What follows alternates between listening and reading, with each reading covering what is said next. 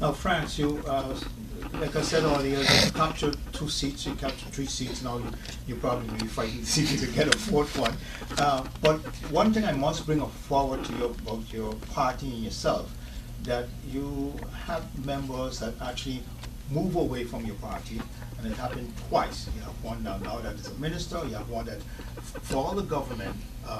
How are you going to regulate that in your party that don't happen to you again? Well, it's an ongoing discussion that we would have with the young to-be politicians, and they see exactly what happened when that transpired, that we go to the polls. There are rules, there's regulations, and people put trust in you when they vote for you, not to be breaking government and ship jumping. When people vote for you, people put their trust in you to make sure that at least give them 4 years stability in the country. My job as a leader of this political party is just to continue to educate, continue to talk, and continue to provide all the necessary tools for any young person who get elected in Parliament. And I think it's unfortunate that others influence them, others from older political parties who seeking more power, use these young individuals in order for them to break government. And every time the government fell with those two individuals is because of the Democratic Party was part of it, or people from the Democratic Party was part of the break of the government at all times.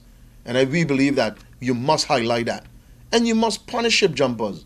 You should not reward ship jumpers by allowing them to become, give them ministries, give them all of these nice things to break a government. And at the end of the day, you destabilize the country and put it in an awkward position. But my job as leader of this political party is all I can do is educate until we change our electoral law to make changes that those who decide to leave, that they can't leave with a seat in order to form a government.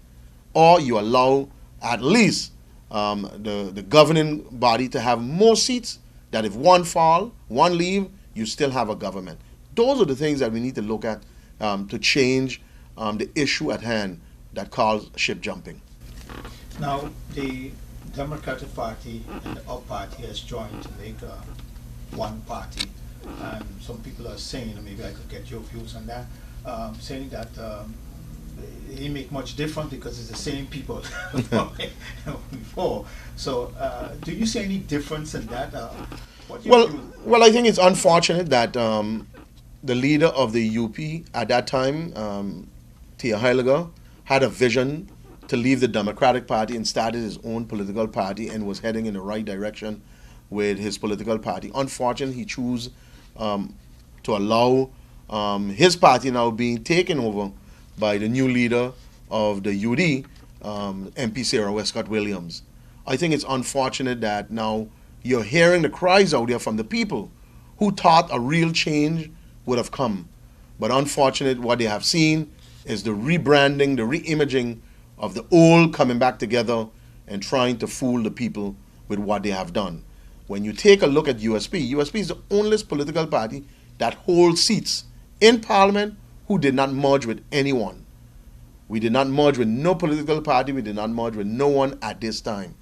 We stayed strong, we stayed together, and we stayed committed to this country where that's concerned.